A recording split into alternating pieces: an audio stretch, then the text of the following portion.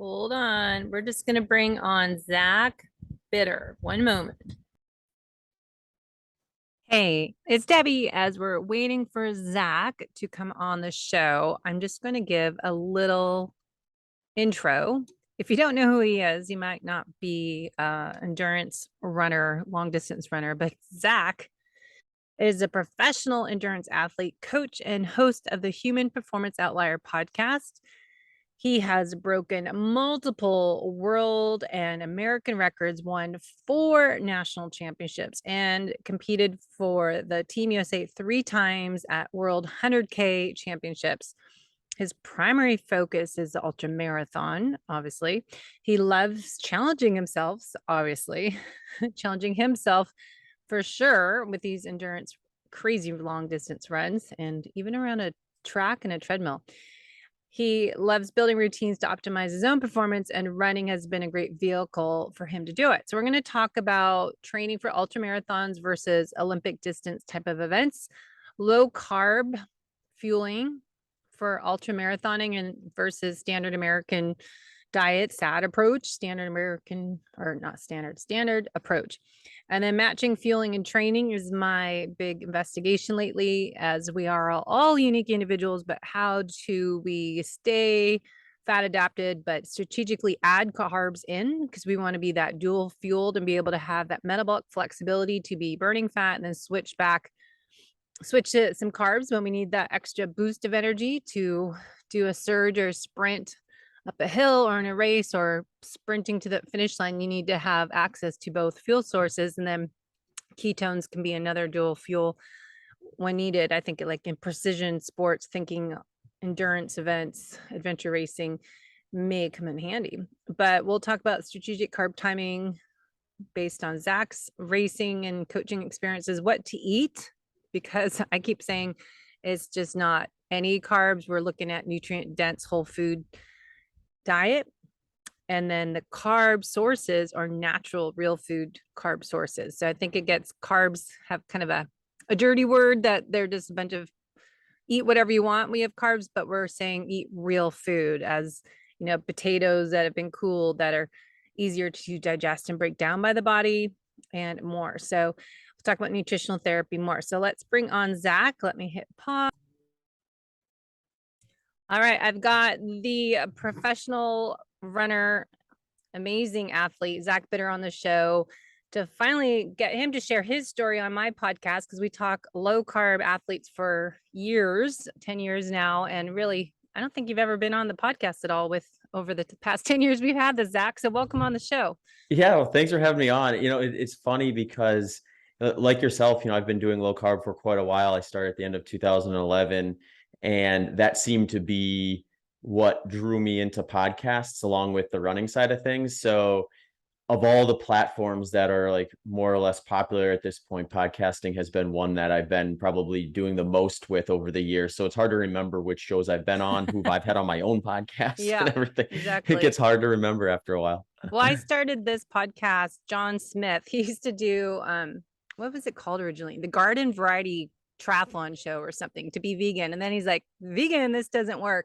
Then he asked me to co-host Fit, Fat, Fast, meant eating fat to burn fat to fuel for triathlons, Ironmans. And so we started that 10 years ago. And then he left after 2 years and I've been on my own. But it's funny, it's just, I was talking about how it's evolved over the years. I stopped doing Ironmans and marathons because my health, adrenal fatigue, whatever you want to call it, in 2013, and just still in the sport and still training, but not racing.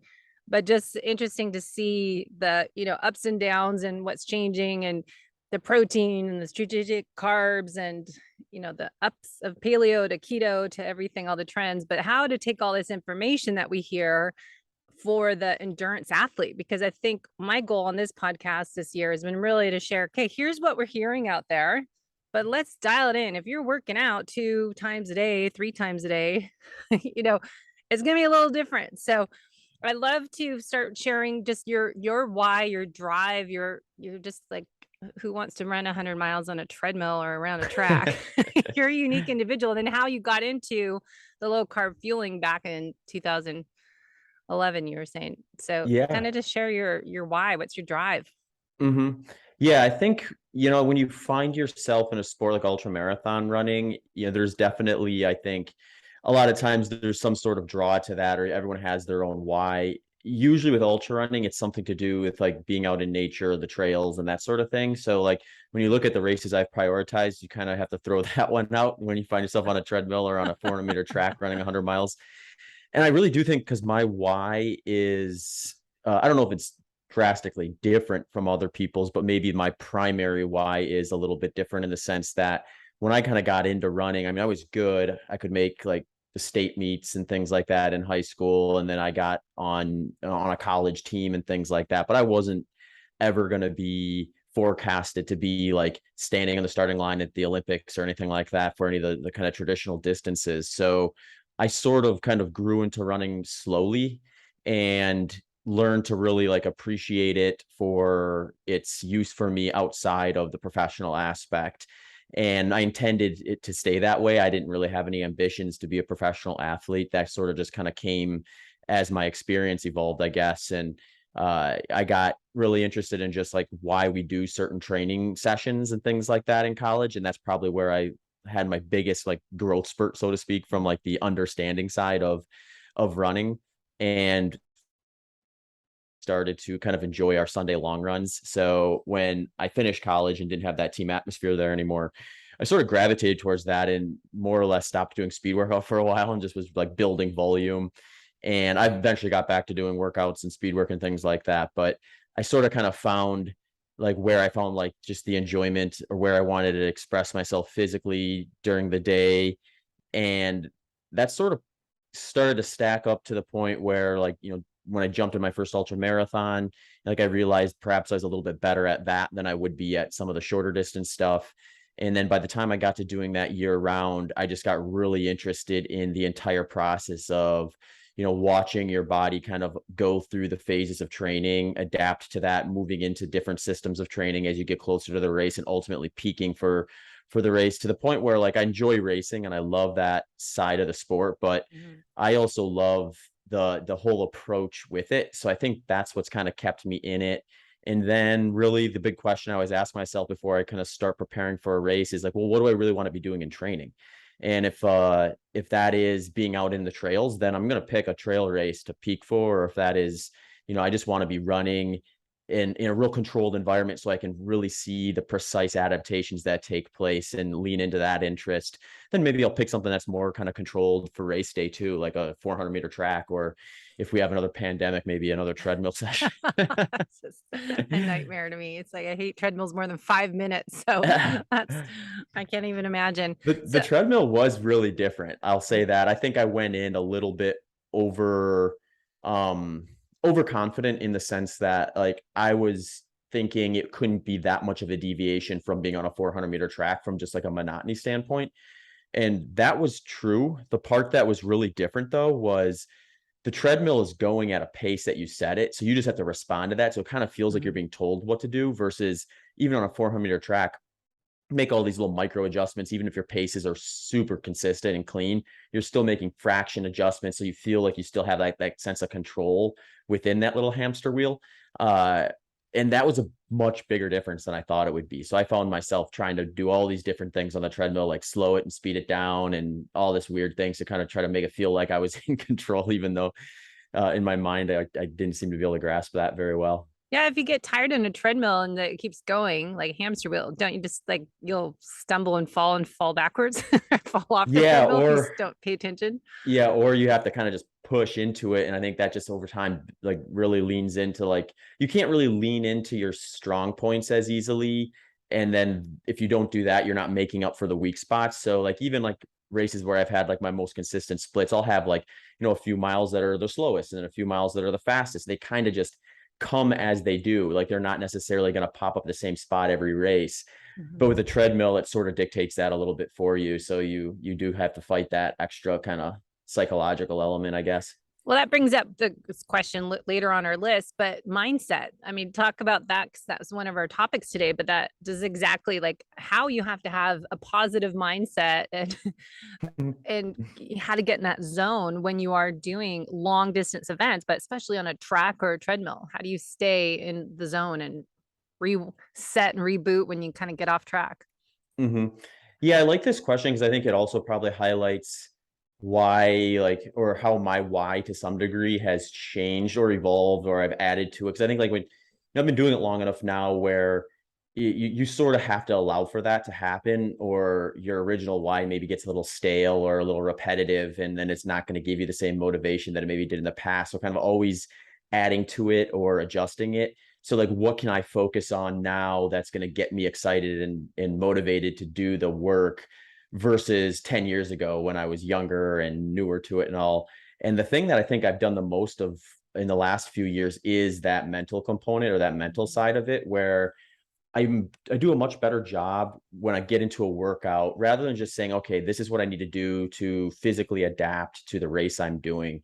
I want to also be thinking about like, how can I leverage this to kind of cut these grooves in my brain where when a rough patch comes up in a race, I kind of just intuitively know where my mind should go versus having to like consciously like fight demons, so to speak.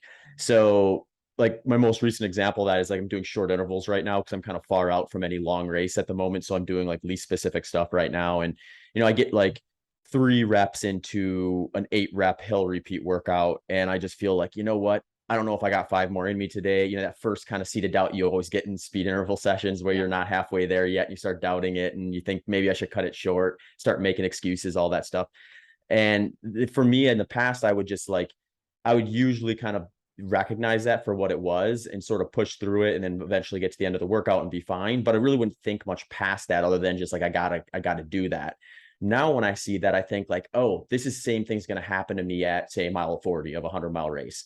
And when that happens, I need to really say to myself, all right, minimize the goal at hand right now and accomplish that. And let's just start checking off small wins. So then rather than maybe thinking about getting to, mile 50 at 40, maybe I'm just thinking about running a specific pace for the next mile, or for that interval session. I'm like, I'm not thinking about rep 7 or 8. I'm just going to do 4. And once I do 4, I'll reassess again.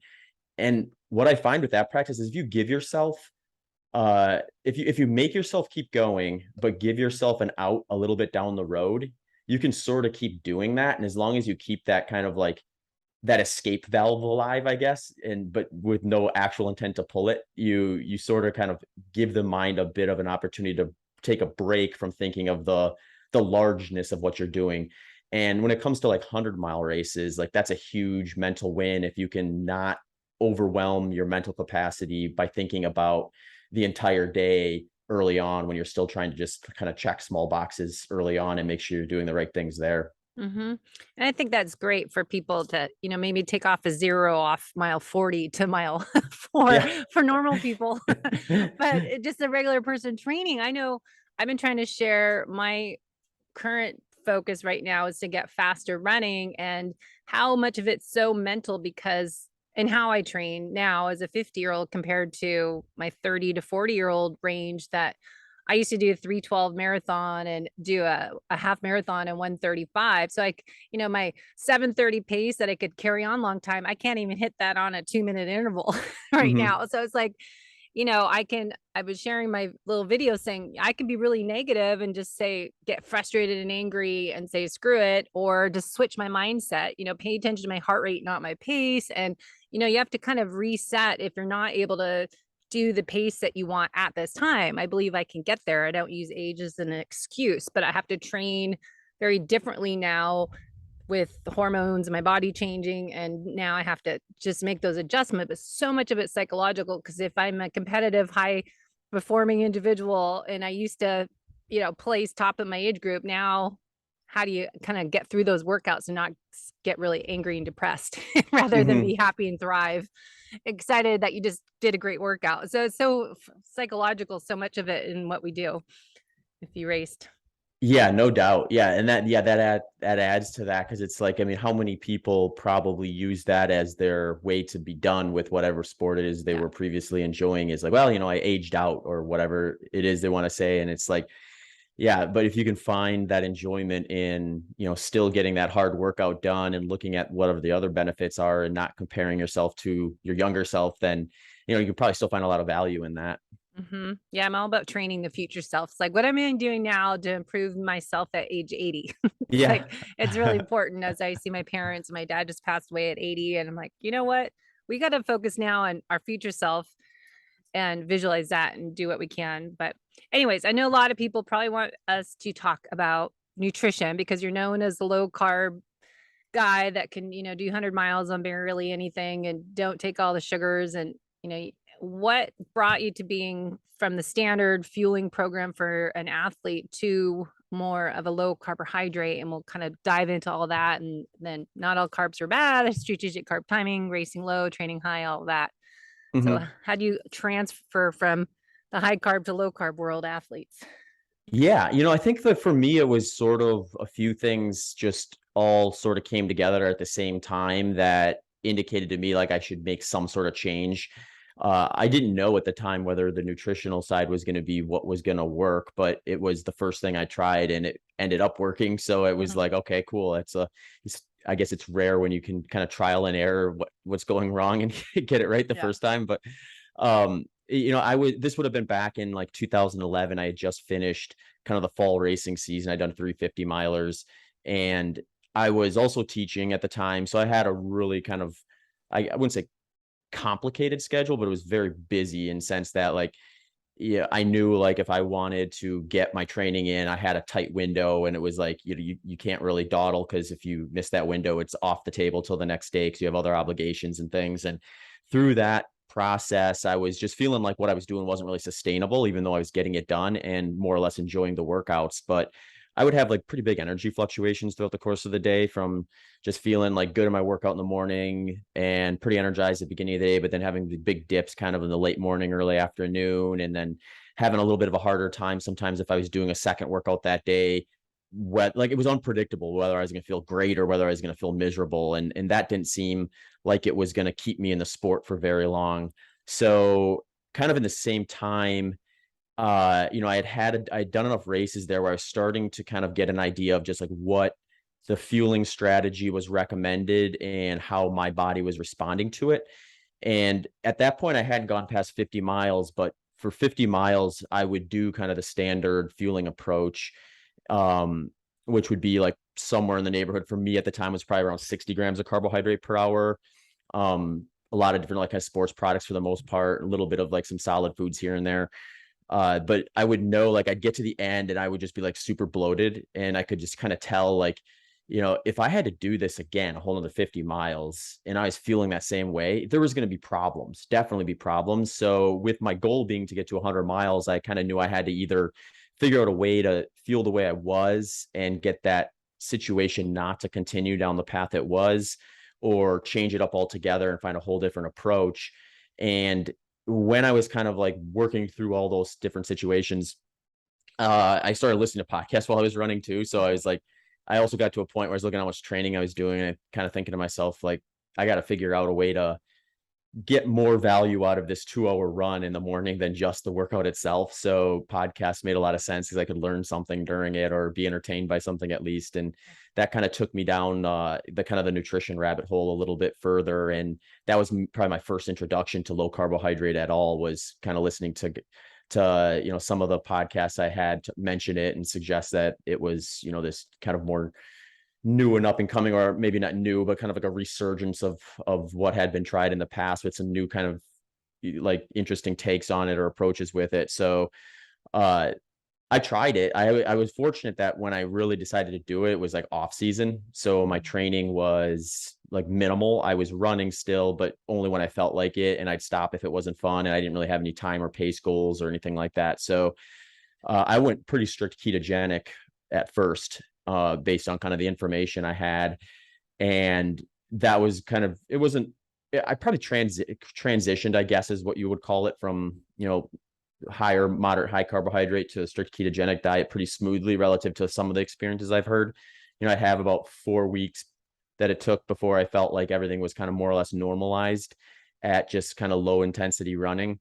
And it was just sort of like a little bit of in those early weeks, kind of like, some days I'd feel totally the same as I normally would. Other days I'd feel like, I'm running an effort and producing a pace that's like a minute and a half per mile slower or something like that. So Other things cleared up like right away though. Like my energy levels, like within like a week, were way more consistent. Like I didn't have those like peaks and valleys. So that was maybe the first clue to me that like, okay, this is some sort of like variation of this is likely going to be useful for that. And once I started kind of picking up training into a more structured manner after that 4-week off season, I got into training and I started realizing like I felt really good on some of like the lower intensity stuff. So like your aerobic threshold and below type intensities. And then when it came time to do like short intervals, long intervals, tempo runs, and that sort of stuff, I felt like I was like pushing a little harder to produce a pace or struggling to kind of even get up to certain paces. So that's where my mind kind of shifted a little bit away from like, well, maybe the strict ketogenic diet isn't necessarily at least the way they were programming at the time from a gram standpoint, like 50 grams or less of carbohydrate wasn't necessarily going to be my silver bullet for performance. So I started bringing back some carbohydrate, but much less than I had been before. I was really fortunate because I met Dr. Finney and Volek around that same time. So between their books and just talking to them, I had some ideas of like maybe where I was where I would go. And Dr. Volek suggested to me, he's like, well, look, man, your lifestyle is way different than the average person. So, a 50-gram load for you, that might be like equivalent, like the first 8 hours of your day might be a full day metabolically compared to somebody else. So like you might be better off getting upwards to even 150 grams of carbohydrates in a day. And that may play physiologically a little more similar to someone who's more sedentary at 50 grams a day. So when he suggested that, I started just kind of implementing some carbohydrate around some of those speedier sessions, and I kind of got that gear back. So it took me probably about a year and a half or so, maybe up to 2 years, before I kind of really felt like I had a grasp on how much carbs to bring back when, and then ultimately how to fuel workout or fuel races, because I think we don't have, I wouldn't say great research data on this yet that I'm aware of anyway. But we have a lot more than we did then in terms of kind of some ballpark figures to aim for. And then ultimately, if you get a fat oxidation test, you can kind of figure out what you need to fuel at race intensity. As long as you know what your race intensity is going to be, you can kind of individualize a little further there. But, for me, it was kind of like playing around with that stuff and figuring it out for almost a couple of years to kind of dial it into where I got my kind of program where I want it, which is essentially, if I'm to sum it up, pretty low, almost strict ketogenic during the off season. Then when I'm kind of doing some foundational building stuff and getting my legs back under me early on in training, I'll bring the carbs up a little bit, but just to kind of match the energy output relative to being sedentary. And then when I get into kind of speed work phase, which comes a little earlier for me, since my race pace tends to be kind of aerobic threshold or below for 100 miles and beyond, that, it's just not going to be conducive for me to be doing all my training focus in short intervals like I would if I was racing a 5K at the end of my training plan. I want to be doing back-to-back long runs and really working on the intensity I'll be doing on race day. So I still think the short intervals and speed work and all that stuff is valuable. You just want to have them a little further away from race. So they come a little earlier in my plan. That phase of the training calendar is probably going to look the most inconsistent from the fueling standpoint, you could say, because there'll be like a rest day where I might still be pretty low carbohydrate or lower than average carbohydrate for me. But then I'll have a day where I'm doing like short repeats, like the hill workout I mentioned, or like 2-minute intervals or something like 10 by 2 minutes that are kind of at my VO2 max. Those days I might concentrate a little more carbohydrate around them and just try to use that as like a little bit of a leverage for performance. Yeah. And even during those phases of the year, I'm still going to be most of my macronutrients coming from fat, but I'm just going to be a little more liberal on those 2 or 3 days per week where I'm doing that intensity stuff. Then, I'll phase into that kind of long run development phase of my training plan where I'm pushing a lot of my training load into race specific stuff.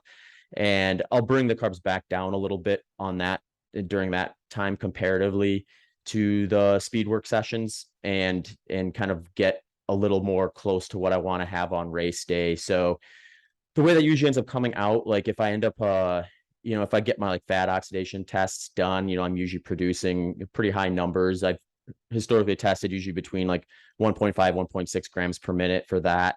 And then when I look at kind of race day intensity, that suggests I'm going to be somewhere in the neighborhood of around like 15, maybe 10% of my intake from glycogen or carbohydrate. So then I kind of have an idea of like, based on that number at that intensity, I'm going to want to be targeting X number of carbs per hour to defend muscle glycogen. And then the fat burning component can take care of itself after the race, as far as I'm concerned. I try not to, I don't avoid eating fats and protein during races. I think a little bit is going to be kind of good for digestion for the most part. But primarily speaking, I'm not necessarily needing to replace the fat coming off my body during a race, during the race itself. That's not going to exhaust itself. I can replace that after. And the carbohydrate side, the small tank glycogen stores are going to be the one that needs to be defended, even at the high fat oxidation rates that I have. So then it just becomes kind of planning the race day fueling strategy. And for me, that's been a good chunk of that coming from S Fuels Race Plus and now Race Plus gel. And then I'll do a little bit of solid foods too, just because I find that having a little bit of solid food mixed into the equation over the course of an entire day helps a little bit with digestion. So, yeah, that's kind of the long story, I guess. Yeah, that's so many thoughts and questions along the way. So you're really matching your training schedule, your fueling and your training schedule with the higher intensity. Basically, we need to strategically add carbohydrates, real food sources of carbohydrates. We can get into what that is with that training day. But then an off day or rest day or low intensity day, we don't need as many carbohydrates. And so you're kind of mixing it up based on your training schedule by the week and by the month or season. So seasonally adjusting. And then what do you find, is it important to you to show if you test in nutritional ketosis? Do you ever test, like, I want to bounce, my blood sugar, monitor that? Or do you test like Keto Mojo ketones, or there's like Biosense coming out that they're testing? What do you like to do to know if you're eating the right amount just day to day?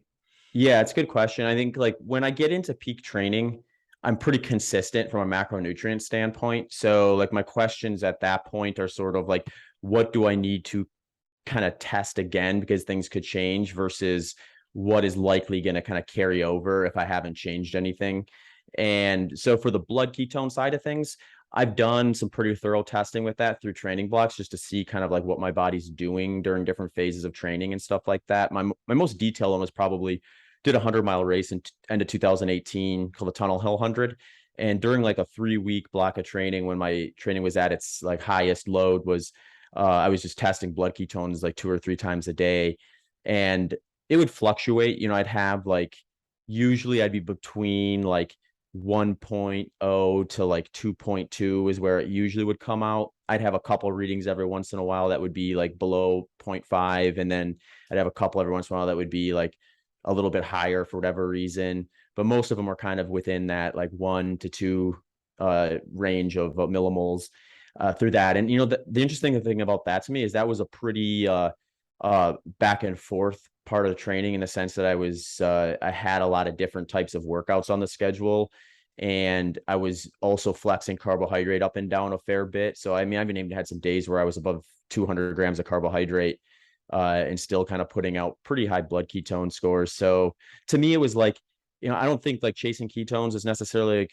a proven performance thing. In fact, you may actually notice if you get really high that, pulling that lever so far to one side is going to limit like the opposite end of the spectrum. So that carbohydrate tolerance side of things. And on race day, the reality is we have aid stations and access to fuel. My competitors are going to be using those. So you sort of have to match the environment in which you're going to perform to a degree. So having exogenous fuel is going to likely be more beneficial from a performance standpoint than not.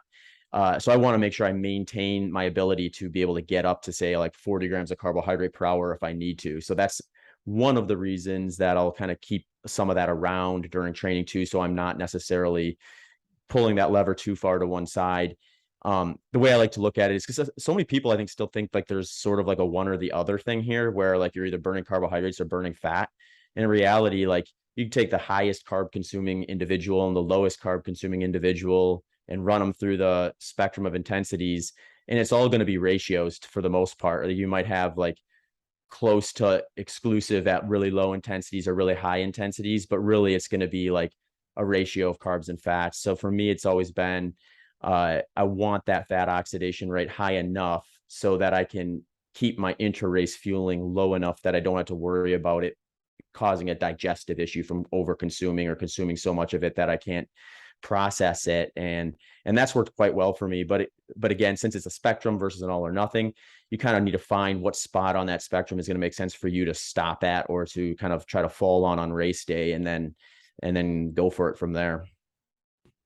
So you said all or nothing, and I think that's what's going on in our world, in our in community. general. Yeah. It's like everything is all or nothing. And just with ketosis, and I know endurance athletes, I hear this all the time in this group page we have, that, you know, they want to stay in ketosis during, say, I always use this example, like a 4 or 5 hour bike ride, or they're going for a 3-hour run.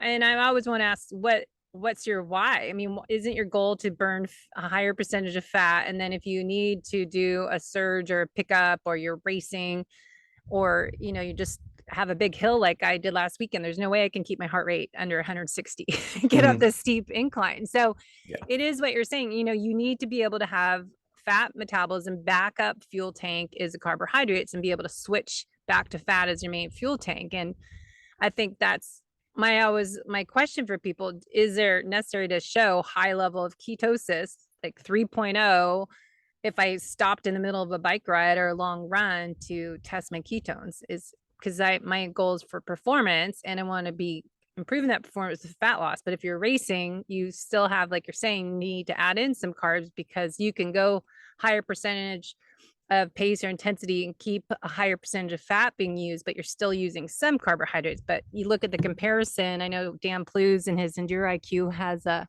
the program, they have lots of great comparison research slides that they share of athletes that are the high carb to low carb, and just the differences you can see in performance. But I think it's just good clarification for people thinking that they need to be all or nothing in the fueling, not that there's like 0 carbs are being burned. I did metabolic testing for years on New Leaf equipment on people, and there's always some of each, you know. Yeah.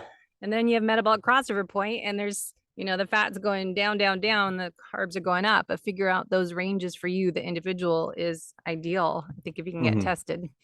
Yeah. And when you think about it, like if you were to do a ride or a run and put some surges in, like you mentioned, it's like you get that heart rate going up, like wherever that ends up is going to likely reflect what you saw on the metabolic card if you had a recent test. So like if you ramp up and your heart rate takes you to a point where you're burning, you know, let's say 50-50 fat and carbohydrate, you know, your body's pulling that from glycogen. So depending on how many times you're going to do a surge like that, it's like, it's not a big deal to, other than digestion, it's not like a really that big of a concern for me one way or the other, whether my body's pulling that out of muscle glycogen, or if, since I've dipped into that already a little bit, it's coming from an exogenous carbohydrate. And I think that's where people maybe miss the boat a little bit, is they get afraid of the burning of glycogen in the sense of like, but they don't differentiate between the glycogen they're burning almost no matter what, because their body's going to produce it and make it and use it, even if they're on a 0 carb diet. You know, you have this like, you know, this situation where like you're almost gonna, like, you get far enough into a workout, chances are you're going to deplete your glycogen enough where you try to throttle up that hill on the end of the ride, and maybe you get dropped because now you've dipped your muscle glycogen below like 40%. Your body's kind of fighting you by increasing your perceived effort at that given intensity. And then there's going to be differences too. I mean, this is the most fascinating thing about me, for me now, is I've been kind of coaching along the way too. So, you know, since I've been open about my fueling strategy, a lot of folks who come to me for coaching are coming to me with a low carb interest or a low carb ketogenic background. And that's one of the reasons why they wanted to work with me in the first place. So I get to see a lot of like how people tend to kind of go within the whole programming of it. So, I mean, I have got some folks where it's like, I'll give them some workouts or a series of workouts, and they're pretty adamant about wanting to stay kind of strict ketogenic. And I'm like, well, you know, this is what I suspect will happen. And they go and nail the workouts. And I'm just like, well, more power to you. And then I'll have other folks who it's like kind of the opposite end, where we start out low carb, and then, you know, sometimes even walk them back up to moderate carbs for portions of the year. because for whatever reason for them, that just seems to be what's producing their best workout quality with the least negative outcomes. And if they're not having digestive issues and things like that, or they, for some reason, have very high fat oxidation rates, even in the presence of more carbohydrate than I would, then, I usually just say like, that's great. You've got the gift. So lean into it, I guess. Well, that's why I love, I'm doing that too and looking at lab testing with that. And a lot of people are insulin resistant and they're trying to Yeah. do this low carb endurance athlete stuff. And they, but I think a lot of people are afraid to have any carbohydrates is what's happened. They go back to the all or none's, like I can't have any, and then tie that into fasted exercise that it's like, all right, we're not getting any fuel. We're just depending on our fat stores, which we have lots of. But is that slowing you down? Like, are you trying to get faster, get stronger, or are you just trying to finish? And what I was asking you the other week in email, I was like, all these people are trying to do 0 calories and do fasted workouts that are long and not eat anything at all. And then is that causing more stress on your body, or is that helping you? So it's like, so individualized. And then I was talking about the female athlete, like, all right. And then we throw in the female who's really sensitive to all this and their hormones. And, I'm trying to do my mapping out like during ovulation and your late luteal phase, none of this, big ketosis, any hard long workouts. But that's what I think I see a lot more people coming to me for coaching, that it's like, all right, I don't want any carbs at all. But then their speed's doing a 13-minute mile pace running. It's like, okay, maybe we should experiment a little bit, because it is, like you said, you did a fat adaptation process, say 30 days, get into nutritional ketosis, and then cycle in carbs in and out based on your workouts. But knowing when to do that, I think it's hard for people. It's like, when should I add carbs? And what are those carbohydrates? Instead of eating bagels and having a Cliff Bar and it's like confusing for people. I think they're doing keto and trying to do it into endurance events for performance gains, then it's a little bit different. Yeah. And then you also get like the kind of a group of people who are, they want to be participating in these events. Performance is like somewhat of a goal, but not like they're not trying to like win the race either. So they are in a situation where they've made so much progress from a health standpoint with, a lower carb ketogenic diet. They're kind of resistant to bring it back. And they may have been running faster times relative because they cleared up so many other variables that were working against them. And then like the singular variable of like whatever percentage performance dip they're going to get from staying strict keto versus bringing back some carbohydrates on race day is like completely overshadowed by all the variables that they cleaned up, whether it be like, oh, they dropped 20 pounds of unnecessary weight that they had been trying to lose for the last couple of years, or they're just training is more consistent because their eating patterns are more healthy than they were in the past, because now this way of eating just was something that they preferred and can sustain, and they like sticking to it versus kind of deviating because it's annoying and they don't enjoy the foods they have to have on whatever plan they were doing before, and all these other things that are kind of like get introduced into the equation when you're working with like real people versus like professional athletes. And so I think that's where I think a lot of the confusion sometimes comes to, where you're working with a professional athlete, and chances are like them being a professional athlete selected for their ability to probably tolerate higher amounts of carbohydrate than say like someone who's metabolically compromised. And for them, it's like if they take a hit from an oxygen delivery standpoint by slowing down that process, by reducing their carbohydrates so low that their body's trying to like, break down fatty acids and use it as a fuel when they're pushing the pace, that person's going to notice it drastically because everything else in their life has been kind of accounted for, versus that first person we talked about who had a lot of things that they could still address and a lot of other life obligations they have to also be thinking about outside of just, what they're going to produce on race day.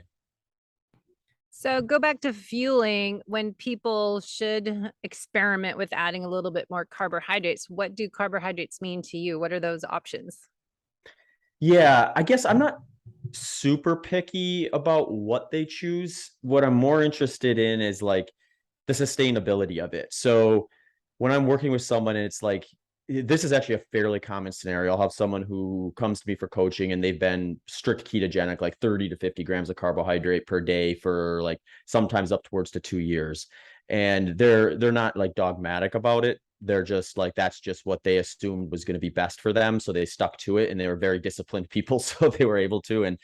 And I mentioned like, well, a lot of my endurance coaching clients, when we get up to like, say 10 plus hours of training volume per week, we're usually kind of targeting a little closer to like 100, maybe 150 grams of carbohydrate per day.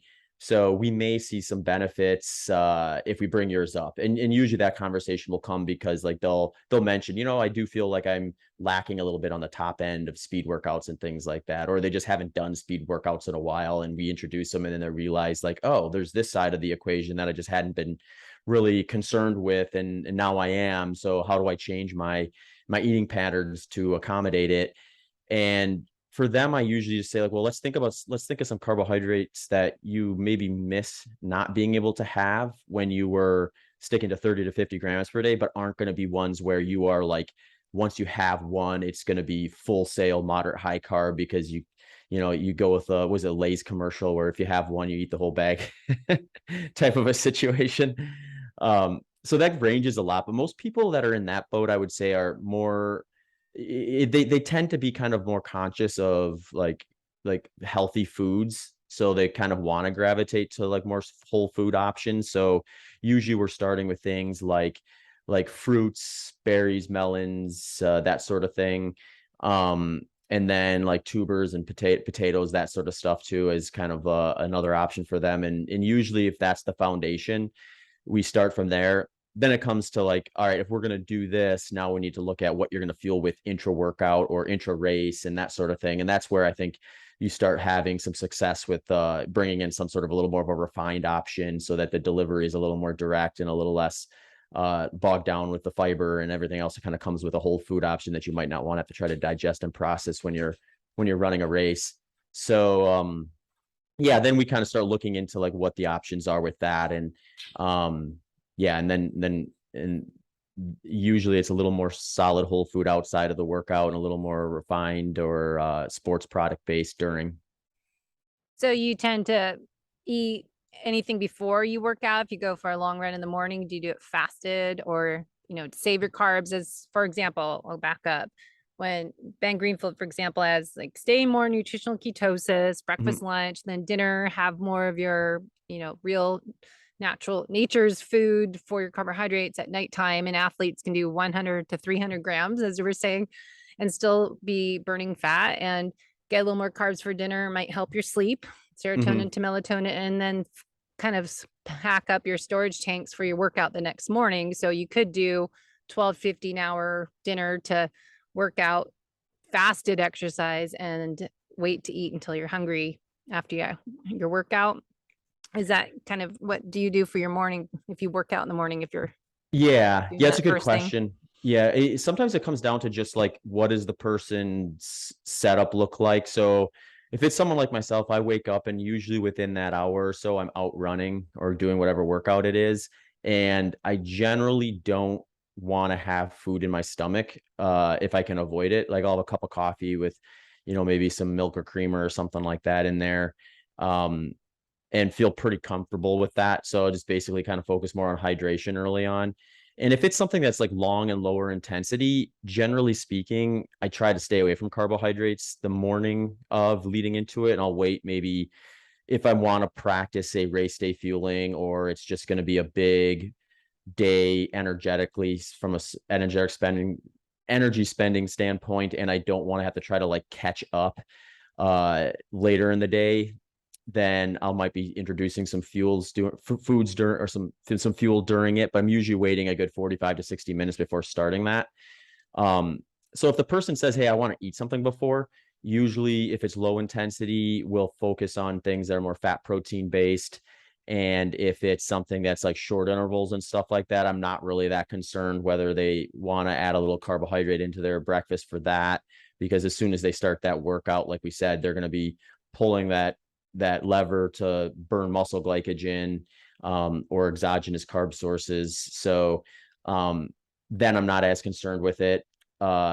The thing that I usually look at too is I try to zoom out a bit and think, well, what's next as well? So if it's a scenario where that person they're going to do this one speed workout this week, for something like that, they're not really probably in a position where they need to be overly concerned about speeding up their glycogen replenishment versus, say, someone who's blocking their speed workouts. They're kind of in the thick of it where they might do something moderate high intensity one day and then something moderate high intensity again the next day. That person, I think we're going to have to be a little more precise in the sense that let's look at the week as a whole and say, what are our carb targets for the entire week versus a singular day?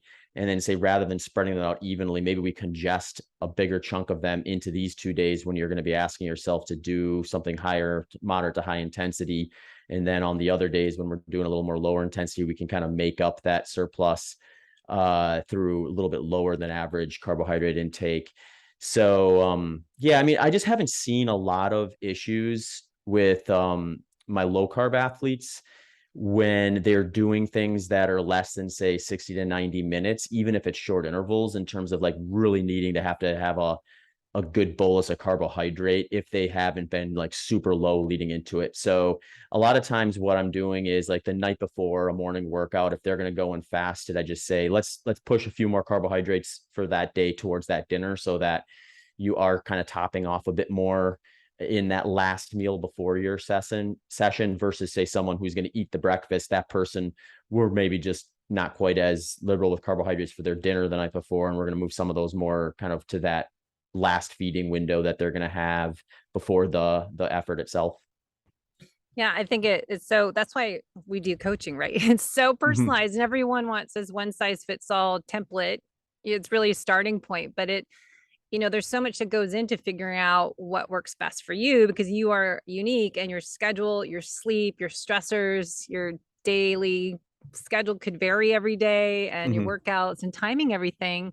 And it is, working with a coach that can help you with that because it is all the nuances of stuff to think about. And, every day my schedule is different for work. And then I swim at lunchtime and some of those workouts I know they're gonna be harder than others and, figuring out your nutrition for yourself. And then again, the female athlete might be different and getting really nitty gritty about what day of their cycle they're in is kind of a fun, in a way, training schedule right out you can do for female athletes. But I think a lot of us fast. I think it's more intuitive fasting. Like I'm not hungry. I don't want to eat. And I don't like eating before exercise because it's sitting in my belly and I haven't digested that food. So just waiting kind of is what I've done, unintentional fasting and just waiting to eat when I'm hungry and then have whatever that might be and starting to learn how to listen to your body, what it needs. I think it's hard for people because we are mostly that type A, AAA driven, high charging athlete. That's like, all right, well, I'm hungry, but I shouldn't eat because it's this time of day or Right. I'm going to exercise and just like, wait, if you're hungry, just eat something. And I think we get so disciplined, like those people doing 50 grams a day. Well, what if some days you actually feel like you could eat a little more? And, I don't do well with carbohydrates. So I always have to watch it because I feel better on a higher protein diet and healthy fats. And I have to limit carbs and I like fruit, berries, but I get headache from things. I'm very sensitive to a lot of food. So I individually have to adjust or how I eat things or with what and figure out what works best for me. But I think a lot of people override those red flags from their body of when you should just eat something and make that choice of real nutrient dense food, but how to listen to your body when you could, top off that tank a little bit more or, when to break that fast gets confusing for people. Yeah.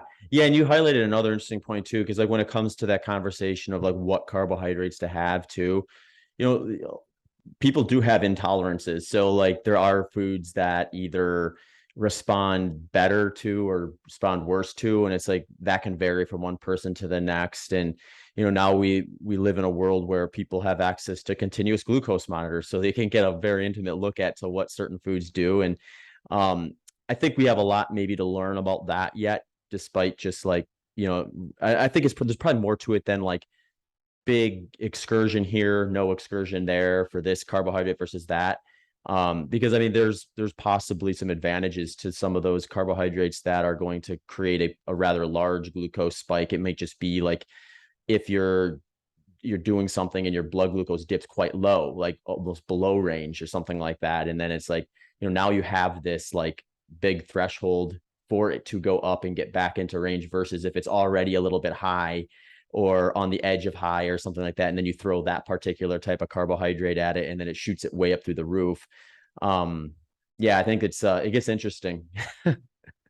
Well, that's what, I think it's good to do a CGM for, they run for 14 days, but if you can do a 3-month supply and kind of stagger that and make sure for females are getting a 30-day, cycle, but because all the foods react differently. And then I also like to look at people's ancestry background and look at their stress levels. That's why I like CGM, because I realized how I'm so more susceptible to my reaction to stress and how I need to implement more breathing techniques when I'm driving behind a slow driver or something. You just like all these spikes you get. Cause I've said for years, every blood sugar response, every stress response is a blood sugar response. So like I gained 30 pounds after, being in my best shape of my life after I ran Hawaii 2012 and I did 50K trail runs in that 2013. And then suddenly my body metabolic chaos happened and I didn't change anything but gain 30 pounds. And I always tell people nowadays, sharing my story more so, that you could be doing all this right stuff. Like I was doing this stuff back since 2007. And that stress response, if it's alerted too much, becomes a chronic stressor. All this stuff, all these efforts go out the door. And, it's just so important to look at how we can manage stress. And that goes to the CGM, I think, and heart rate variability, using Oura Ring and using these biometrics we're fortunate to be able to do nowadays at a pretty affordable rate, that I think they're good investments in your health to figure out you as an individual, how you respond to things, as well as food, to be healthy and fit and burning the right amount of glucose levels and fat burning metabolism. Yeah, that is the other interesting thing too, is like you have other things that impact your blood glucose outside of just the food you're eating, or the food you're eating can impact it differently based on the state you're in. I remember one of the first times I wore one, I recognized I had one night where I was just traveling and I only slept like 3 or 4 hours that night. And that next day, like it hardly mattered what I ate. Like when I did eat, I'd have like this big excursion and then it did not come down nearly as fast as it normally would. So I was like, I'm getting a different feedback from the same food when I put myself on a completely different state due to sleep deprivation and things like that. So it's like, it's pretty wild when you kind of get into it, to a degree where I do think like you have to be careful not to like overthink it too much, because our bodies are relatively resilient in the sense that like, as long as I'm not stringing together day after day after day after day of that sort of a lifestyle, chances are I'll probably be fine. But if you do have a lifestyle that is conducive to that, you can get a look at like maybe what you're doing long term, if it's kind of something that's consistent, and then kind of also comparing your CGM score to what your like long term averages are is probably a worthwhile pursuit as well, so you don't necessarily overreact to the data too. I know. So that, like, I was working with the client struggling sleeping, how you stress out. And I used to do this too when I first had my health issues. Like you're up at 2 a.m. and you can't fall asleep, but you're stressing out. You need to fall asleep because you have work tomorrow, and you're just like stressing yourself because you're not sleeping, in that whole cycle, stressing out because you're stressed. So nutritional therapy for we talked about pre-workout, what to eat, and during a little bit S fuels, and then talk about afterwards. How do you repair and recover? Because you are putting so much stress on your body. How do you mitigate that damage with the food that you're eating or your lifestyle habits, and, tying in your stress and your sleep with that? But how do you recover and repair?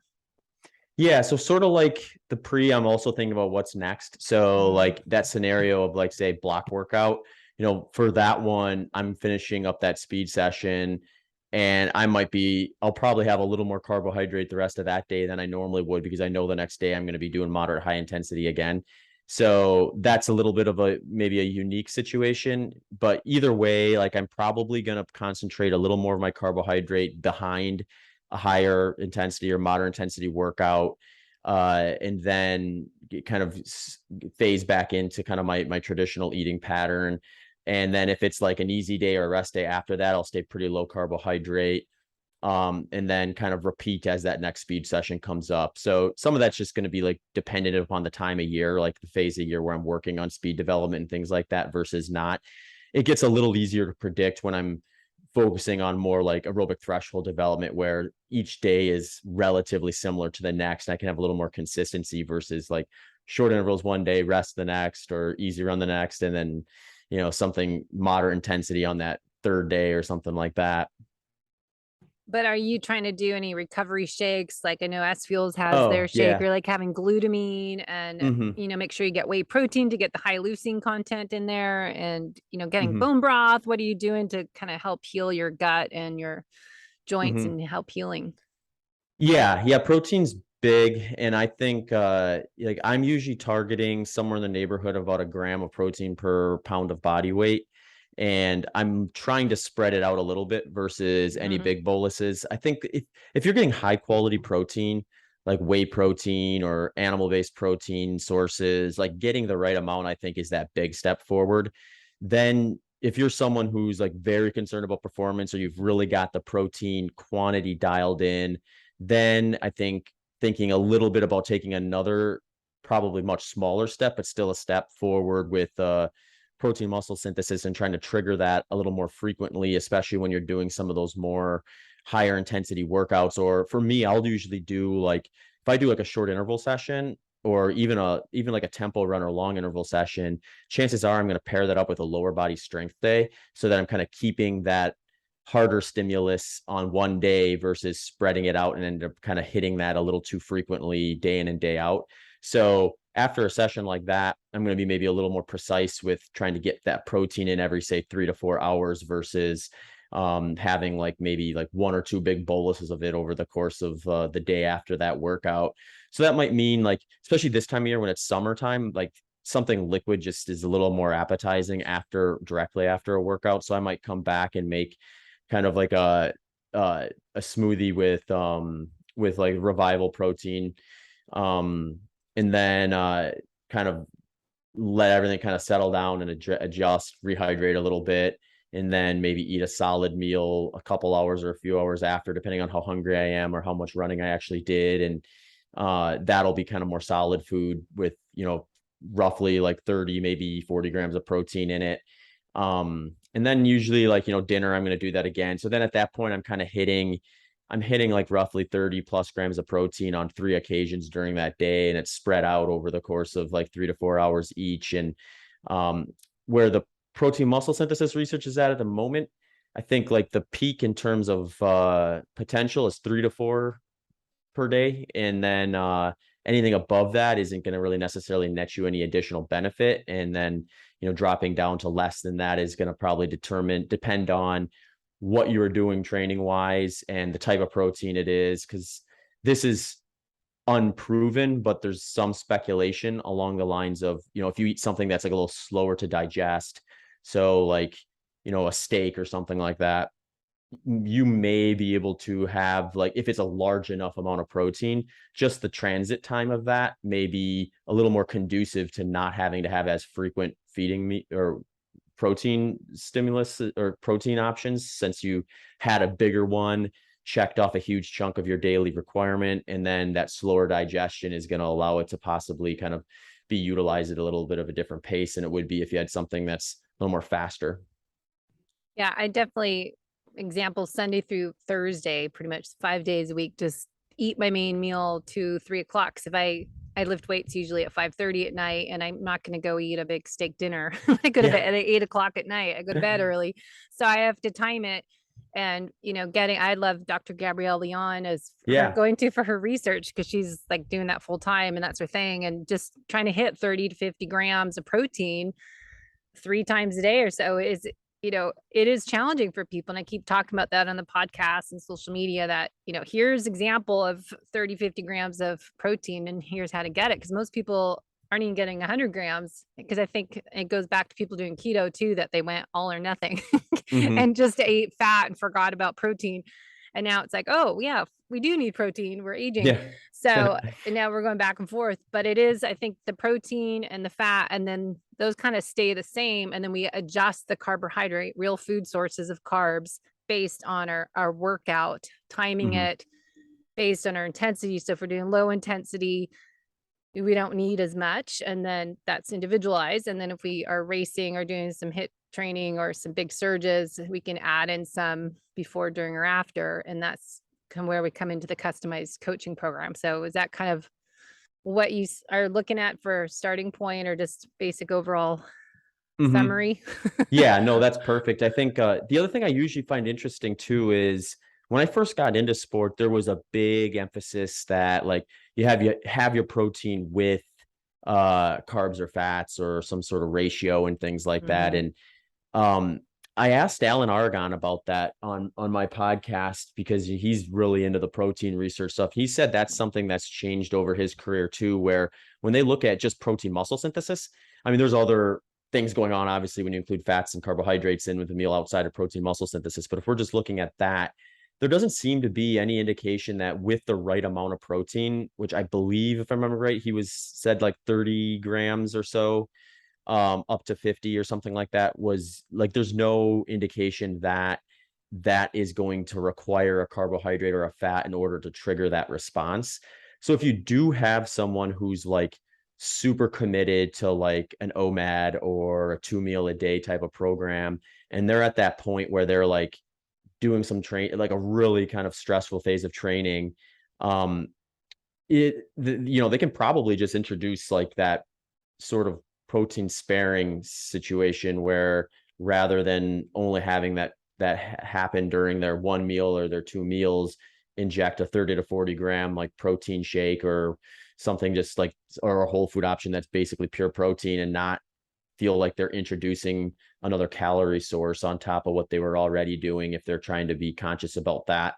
And it seems to be all it takes. So there is some I think some wiggle room there. Yeah, that's what's funny is getting, the right amount. And I think so many of us, and myself, I just was doing OMAD before I knew it was OMAD, Hmm. and just doing liquid and then have one big main meal because it worked my schedule on a busy work day. And then you realize, okay, I'm supposed to get this much protein. How am I supposed to fit that in? Then you do have to eat. And that goes back to, eating when you're hungry, but no, trying to get that protein in throughout the day. And you can't do that in one meal. Hmm. So it's Yeah. really teaching yourself it's okay. Give yourself permission to eat, because I think people get so wrapped up into I need to fast for 16 hours or to 18 Hmm. hours and not eat, even though I'm working out 2 or 3 times a day. I'm going to keep, Yeah. my carbs at 50 and get just one meal. And I think it just gets people down this crazy hormonal metabolic chaos when they Yeah. do everything too much and not mix it up. And match those type of days if you want to do OMAD with your rest day, and match your active recovery days with a more of a fast. And then dialing that in for females if it's like beginning of your cycle, right after ovulation, before luteal phase, is where Dr. Mindy talks about where it's the ideal days when to fast and days not to fast. But I think athletes need to be careful of this excessive fasting. And that's what, I was talking to you about Dr. Stacy Sims is totally different perspective on the fasting and the carbs. But, Hmm. with the lifting weights and do more short intensity interval training for female athletes is important. But people I think female athletes especially have to be careful going too low of carbohydrates and too much fasting, because they tend to not eat enough when they're Hmm. exercising a lot. Yeah, and that's usually the part where like you just have to add context to it in order to really Mhm. get to what's going to maybe work or not work from one person to the next. And like the time restricted feeding is like a great example for this too, where like even if it's the same person, like take me for example, like if I'm coming off of off season and starting my structured training, most off seasons I'm going to gain a couple pounds, 2 3 maybe more pounds depending on how long the off season is. And it's like that first few weeks, if I decide I want to kind of stick to a more like 2 meal a day kind of structure and not really add in anything in between those, I don't notice a whole lot of issues performance wise. But then once I start dipping down, kind of close a little bit of weight, they might be able to get away with a little bit of a longer fasting window versus someone who's at their goal weight. Then you got to be super with that, where you can have, if you're an endurance athlete on top of it, you kind of have this situation where it's like you eat till you're full, but full isn't enough because you just doubled your metabolic rate that day or something like that. And I think that's where I think it starts to get a little wobbly in some cases. Yeah. I know. So my Zoom is freaking out. I think it's like spiraling in and out. So hopefully we got all that, but I know we're out of time. Zach, and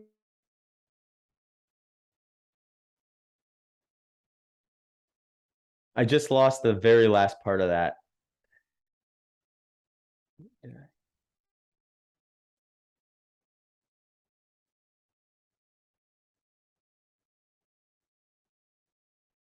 Can you hear me? I can't hear you.